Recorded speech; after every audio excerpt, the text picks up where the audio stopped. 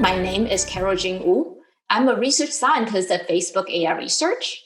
I'm very passionate about work in the intersection between systems and machine learning. Today, I'm going to share with you one of the most exciting projects I'm heavily involved with, and that is on the design and development of an industry benchmarking standard for machine learning systems on MLPerf. I have been with MLPerf since the very beginning. I chair the MLPerf Recommendation Benchmark Advisory Board. I'm also one of the MLPerf Inference co-chairs and serve as the board director of ML Commons. ML Commons is the hosting organization of MLPerf activities. And today, on behalf of the entire MLPerf team, I'm going to talk to you about MLPerf benchmarking, the design philosophy and benchmarking methodology that MLPerf brings to the community. MLPerf focuses on benchmarking the performance of the entire machine learning system, including both the hardware and the software, not just the neural networks or kernels. We'll talk about MLPerf that encompasses both training and inference with a deeper dive into the inference suite today. The explosion in the machine learning use cases across the industry has driven the renaissance in hardware design. The variety of AI hardware design and prototype in the past couple of years cover a wide performance and power spectrum. The different clusters in the figure shows the different AI systems target different customers from the edge all the way to the cloud for both machine learning training and inference. And on the x-axis, it's showing the power consumption for the variety of systems, whereas on the y-axis shows the corresponding performance capability. There are many solutions under this 1 teraopt per watt energy efficiency, and there are several inference solutions and training solutions that are reporting greater than 1 teraopt per watt energy efficiency. It is evident that the market of machine learning hardware is growing steadily and is projected to be a $60 billion industry in 2025.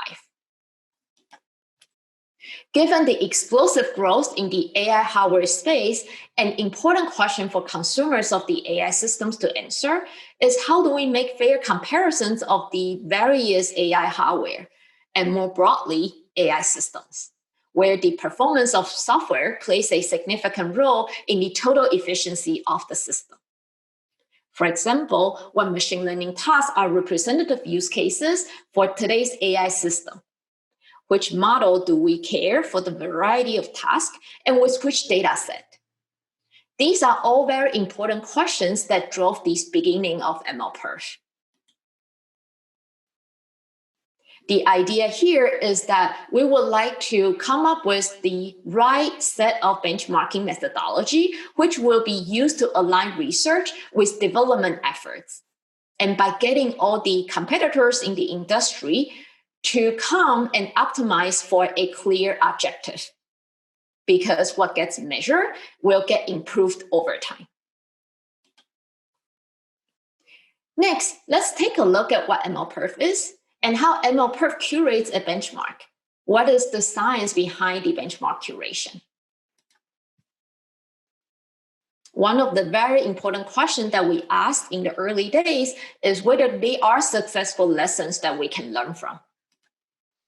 It turns out there are many, and here are 2 successful examples with SPEC and TPC. As computer architects, we are all very familiar with these 2 benchmark suites, which many of us actually grew up with. SPEC is the standard for microprocessor performance benchmarking. In fact, it just celebrated its 30 years birthday last year. It has gone through many iterations from SPEC 89 to SPEC 2017. SPEC is used widely in both academic research as well as by the microprocessor industry. It fuels the golden age of microprocessors by getting competitors to collaborate and to push the field forward with qualitative and quantitative performance analysis and comparison. The idea here is that if we get the benchmark right, we could have a golden age like the 90s in processor design. So how do we do that? Let's start with MLPerf.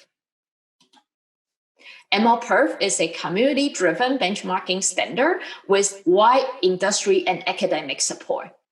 To date, we have over 70 industry organization partners and more than 10 universities support. Let's take a look at the key benchmark design questions for MLPerf training and inference.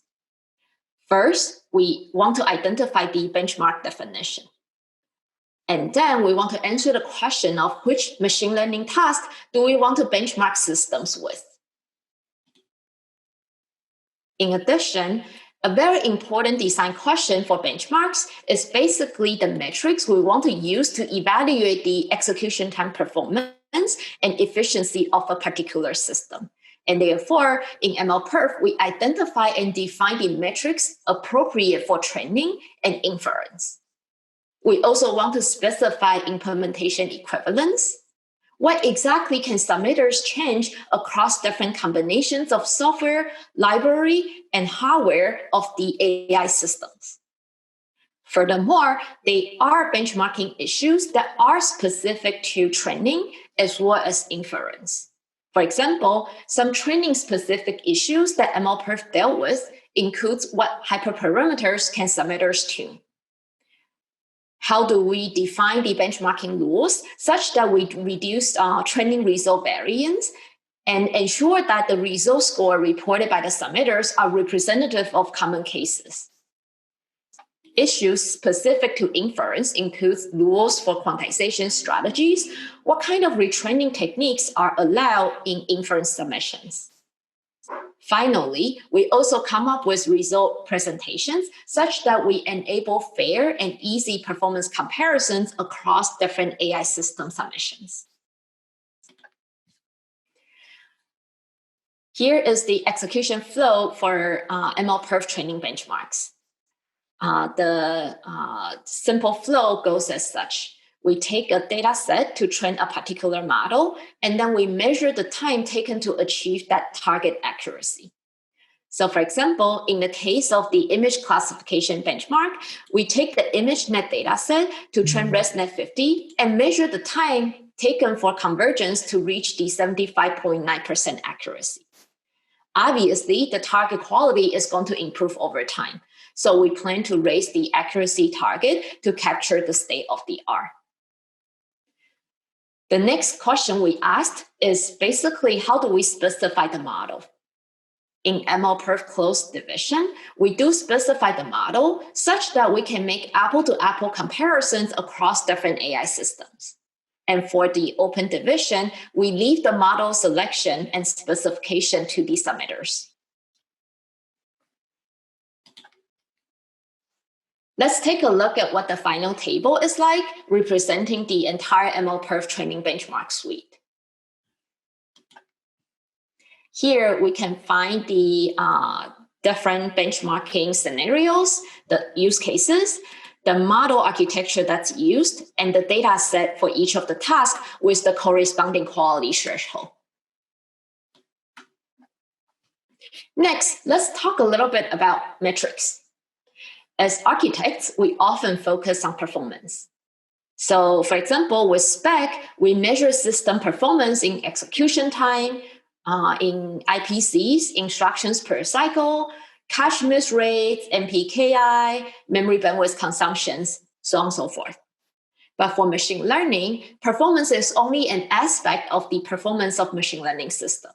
We often forget about a very important role, and that is on model quality. The truth is that we need both.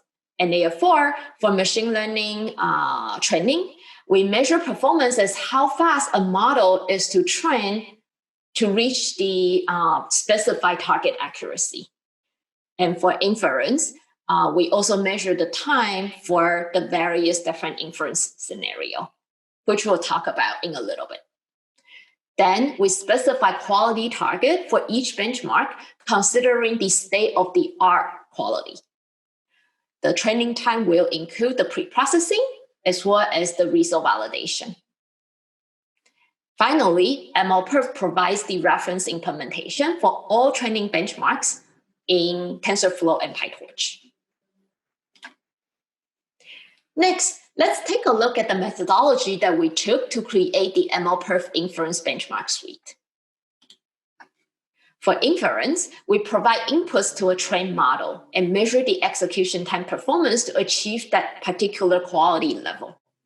Similar to training, for the closed division submission, we specify the inference model architecture, whereas for the open division, we leave the model of choice to the submitters. Here are the 5 inference benchmarks in the MLPerf version 0.5 suite, with the corresponding quality levels and the latency constraint. Similar to the training benchmark suite, we also have to define the performance metrics for inference. And here, inference is very interesting as there are many different use cases and scenarios that affect how inference is served with. In order to enable representative testing for a variety of different inference platforms and use cases, MLPerf has defined 4 different scenarios. Single stream scenario describes inputs that arrive at the trained model one by one, whereas the multi-stream scenario models after multiple simultaneous inputs to a trained model for inference. This captures, for example, the autonomous driving use cases where inputs are gathered from multiple camera arrays. In addition, we also benchmark the server and offline scenarios. In the server scenario, input queries arrive following the Poisson arrival patterns, while the offline scenario streams through inputs for inference. This models, for example, after a offline photo sorting use cases. We also have to define the inference metric, which in the case of MLPerf inference benchmark suite varies from scenarios to scenarios. For the single stream case, we use latency per inference. And for the multi-stream case, the performance metric is the number of streams that's supported by a pre-specified latency band. For the server scenario, we measure queries per second throughput subject to a latency bound. And for offline, we use throughput without a latency constraint. To support the 4 scenarios that we just talked about, MLPerf implements a load generator. The load generator will generate inference requests such that it sends input queries following a particular arrival pattern, and measures the pre-specified performance metric. For example, in the single stream case, the load generator sends next query as soon as the systems under test completes the previous query and measures the 90 percentile tail latency. In the server scenario, the load generator sends new queries to the systems under test according to a Poisson distribution and measures the system's QPS, or queries per second throughput, subject to the 99% tail latency for image-based inference benchmarks. Here is the table that summarizes the 5 inference benchmarks in the MLPerf version 0.5 suite, with the corresponding quality levels and the latency constraint. In addition to the 2 main training and inference benchmarks, MLPerf is actively developing the MLPerf mobile suite, which will cover mobile-specific use cases, and this is happening as we speak. As what I have mentioned in the talk, there are 2 submission divisions supported by MLPerf. The goal for the closed division is to enable easy apple-to-apple comparison across different AI systems. The idea here is that we specify the exact model required for the benchmark submission, and that the submitters to come up with the best system implementation solutions without changing anything in the benchmark specification. Now, one of the vision behind MLPerf is to advance the field of AI. In order to do that, we also instrument the open division submission. This allowed submissions to explore different new and better AI algorithms for the different MLPerf tasks. MLPerf Open allows any modification to the benchmark model architecture, for example. Next, let's take a look at what the timeline is like for MLPerf benchmark result submission. It's roughly a 16-week process from the very beginning to the end.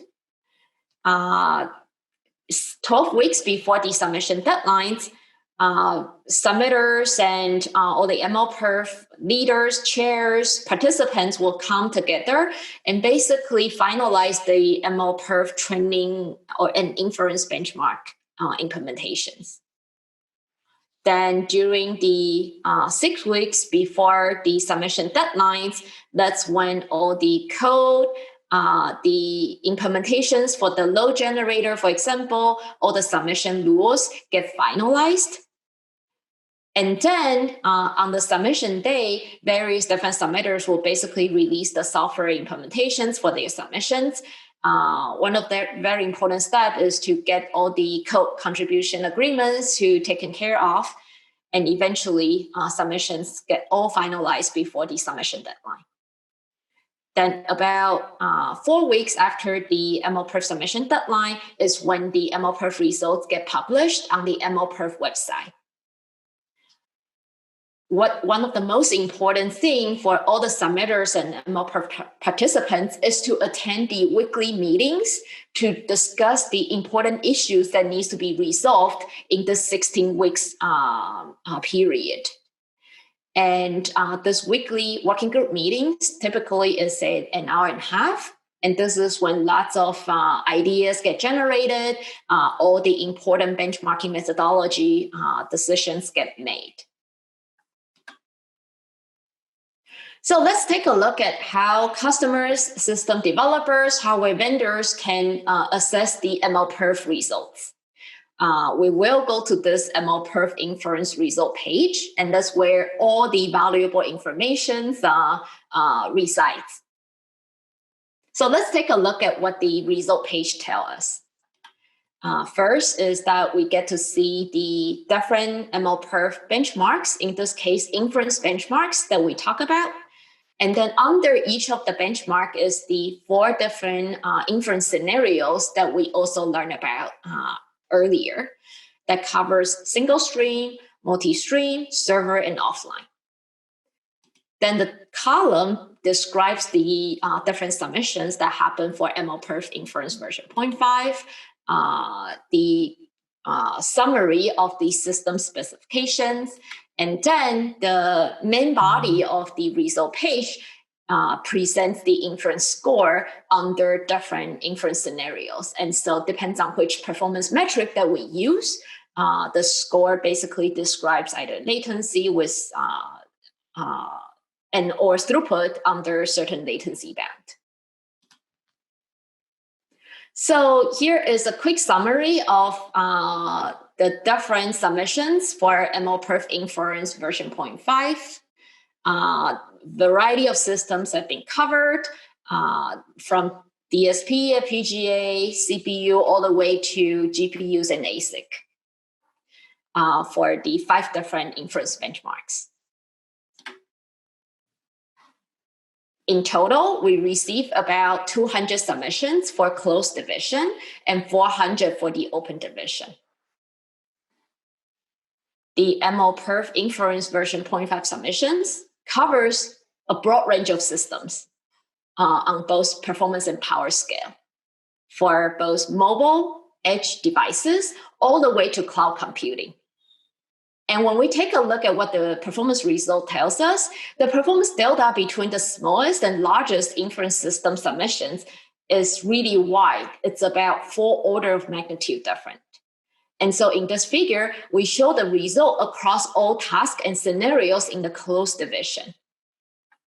If we take a look at image-based models, for example, MobileNet, ResNet, and SSD MobileNet benchmarks, what we found is that systems exhibit a large performance difference by about 100 times. And this is interesting because these image classification models, image-based models, have many different applications. The systems that target image-based use cases cover everything from low-power embedded devices to high-performance servers. On the other end, if we take a look at neural machine translation use case, the performance shows much less variation between systems. This indicates the degree of system varieties for the particular application. So what comes for MLPerf next? What is the major focuses for this year for MLPerf? There are 4 major focuses for the year 2020. First, we want to evolve the benchmark suite fairly and steadily. Given the fast cadence of machine learning innovation, we want to keep software advancement in mind and update the benchmarks that reflect the realistic machine learning use cases. Furthermore, we've also started this benchmark advisory board process in order to get the customers of AI systems feedback to work with MLPerf submitters to come up with a representative benchmarking scenario. In addition, we want to improve the efficiency information in the result table. And we do so by introducing and defining a normalization factor for system efficiency comparison. For example, using system power consumption to allow energy efficiency comparison. In addition, we want to reduce result sparsity such that we can make meaningful comparisons across different system submissions. And finally, the benchmark suite, we want to make benchmarking more affordable and make the benchmark suite more accessible. We have working groups that's working on this specifically to examine approaches to reduce the benchmarking cost. Given the time that I have, I get to share with you some of the high-level bits that MLPerf has put together. But I guess we all realize that benchmarking machine learning systems is hard. We've really got a head start in this with MLPerf in the past 2 years, but the journey just got started. And so we really hope that for those of you who found this benchmarking machine learning systems interesting and dear to your heart, come and work with us on improving the benchmarking methodology, the benchmark suite of MLPerf. MLPerf is a community-driven machine learning benchmarking effort for the hardware and the software industry. We want to be able to enable machine learning system comparisons as easily and fairly as possible. If you would like to learn more about the specifics, the details that goes behind the MLPerf training and inference benchmarking methodology, or the ideas that goes behind the curation of the benchmarks, we've also written 3 technical papers that gives a deeper dive into the various different aspects of MLPerf. I encourage you to go and read more from the 3 papers. Furthermore, we also would like to invite you to join us, to join the MLPerf community and to work on MLPerf benchmarking together. There are several ways that you can contribute to MLPerf. Please join the mailing list to stay connected. Pick a working groups or 2 that fits your interest the best. And let's come and discuss about various important design decisions that goes into the next round of MLPerf. Another way that you can join us is by joining us at the latest round of the inference competition. Submit results for your favorite AI systems. If you would like to learn more, please check out the MLPerf website and stay tuned for the latest inference result to be published on October 19th. Okay, thanks so much for your time. Let's stay connected.